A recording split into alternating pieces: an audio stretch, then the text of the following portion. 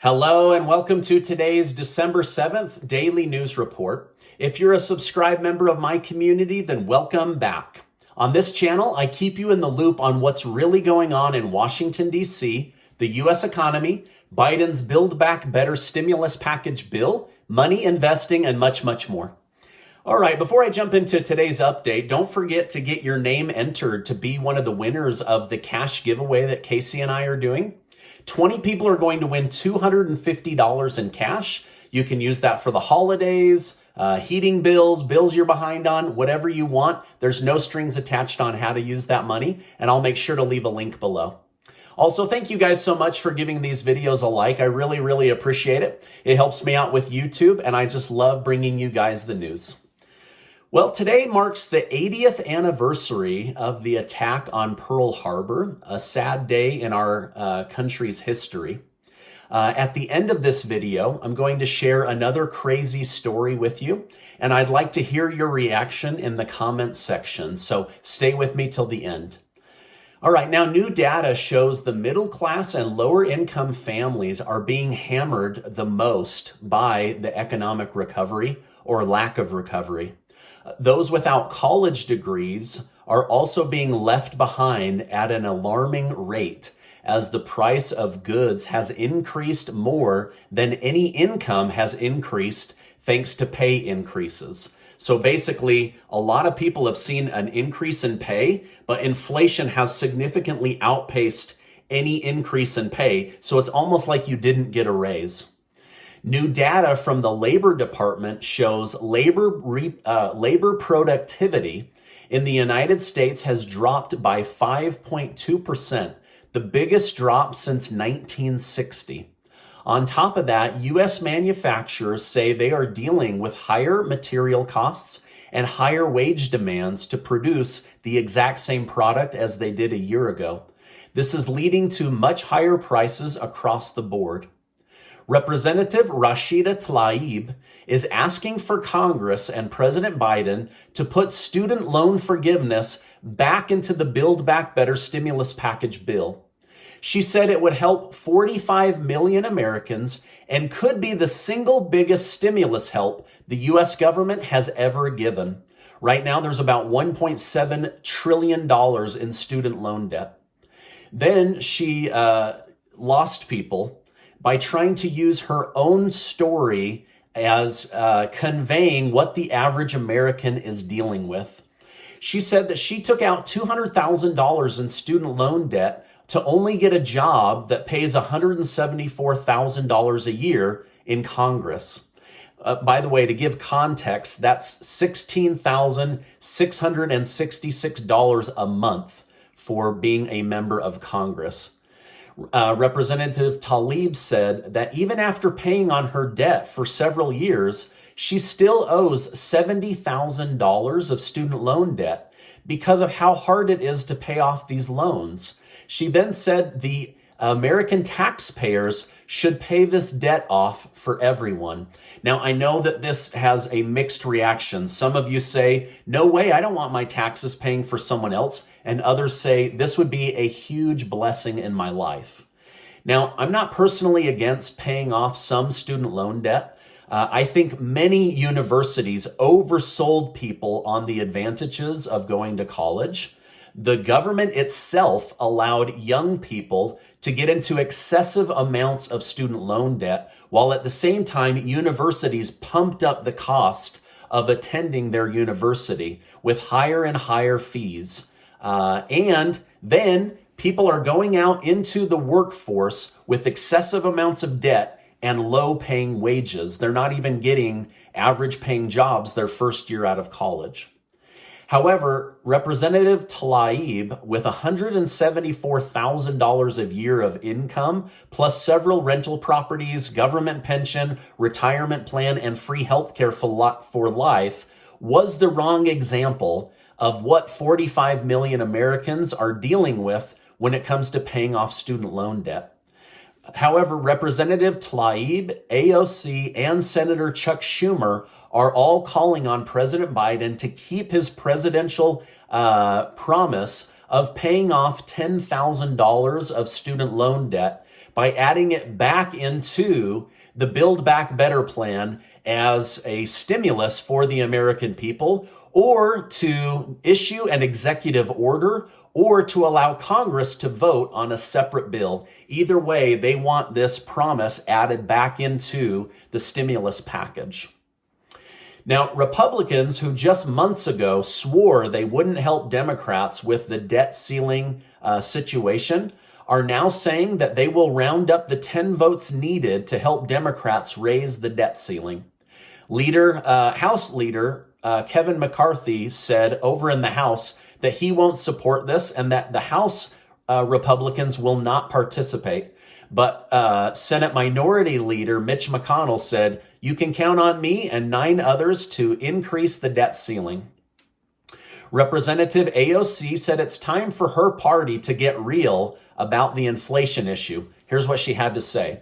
"The question is not, is inflation a problem or not? We know it is. The question is, are we going to be real about solving it?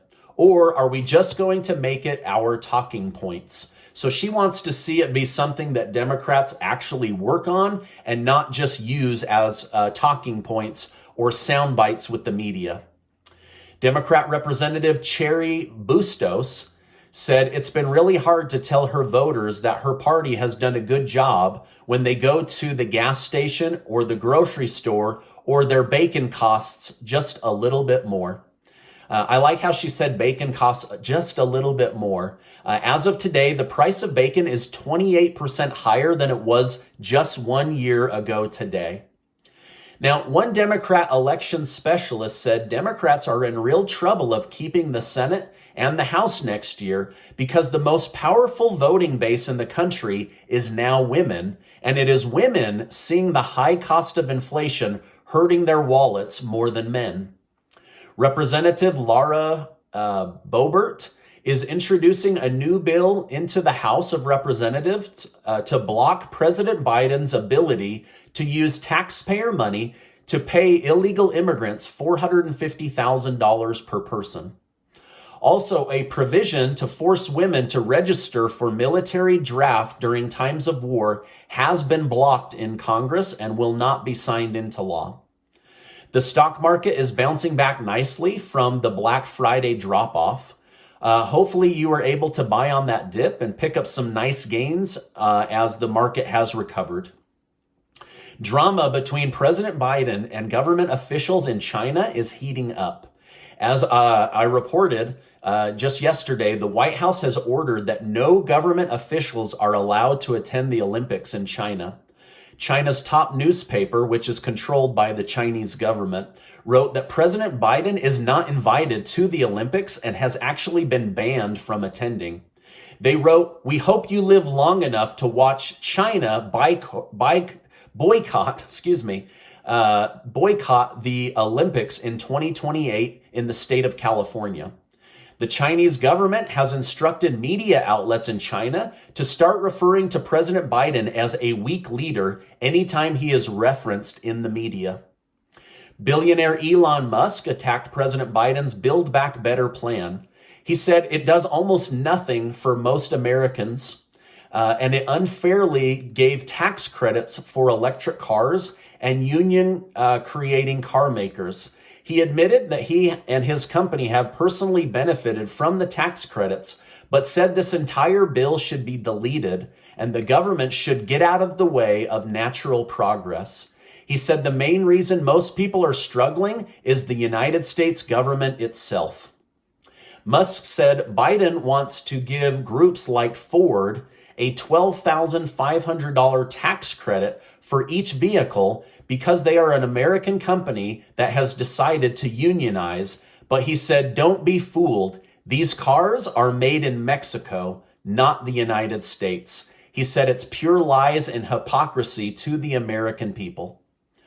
Congressman Devin Nunes of California announced yesterday he will step down from Congress. He has been asked to be the CEO of Donald Trump's new social media app, Truth. The Trump Media Group made this announcement yesterday, as well as sharing that they have raised over $1 billion in private investment capital. The new media group is valued at over $4 billion. Speaking of the media, Chris Cuomo's legal team announced yesterday they will be suing CNN for $18 million for Mr. Cuomo's treatment and his missed contractual income. Now, speaking of CNN, host Don Lemon could also be in trouble with CNN. Yesterday, during the Jussie Smollett case, we learned that Don Lemon had been texting with Mr. Smollett about the fake hate crime attack, and that the American people weren't buying it, and that the media would be coming for him and covering the story. CNN is now revealing Mr. Lemon's involvement in twisting a hate crime story, so he might also be in trouble at CNN. Okay, now for the crazy story. Although it's hard to beat a fake hate crime story, a 49-year-old man in North Carolina who had played the Lucky for Life lottery every day suddenly found himself unable to remember if he had bought a lottery ticket that day. So he paused his basketball game, got dressed, and went to buy a ticket. The next day, his son discovered that not only did he have the winning numbers, but that he had them twice. He won $25,000 a year for the rest of his life twice, so $50,000 a year. The dump truck driver opted for the lump sum payment instead of the annual payments for life. After paying taxes, he will net $551,000 in winnings. He said he wants to pay off a house and start a new business with these new winnings. Okay, now I'm curious to know from my community, have you ever won the lottery? And I'm not just talking about $1 or $2 on the scratch-off cards. Whether you've won big or small, just let me know in the comments. I've never personally met anybody that won the lottery. Also, do you think this guy winning the lottery twice and getting $500,000 because of the slip of his memory is a cool story? Or was it just me? Let me know your thoughts in the comments. I thought, man, this is crazy. This guy ends up winning twice after not remembering if he had even bought one ticket. Anyway, let me know your thoughts in the comments. I love reading your comments. I don't always get to reply to everybody, but I try and read as many of them as I can. All right, now this is my update for today. As I know more, I will definitely come on and share more. Before you go, make sure to get your name entered for the December giveaway that Casey and I are doing. 20 of you are going to win $250 in cash before the holidays, and you can use that money however you want. Now, before you go, I want to remind you that you are amazing. I appreciate you being in my community, and I'll see you on the next video.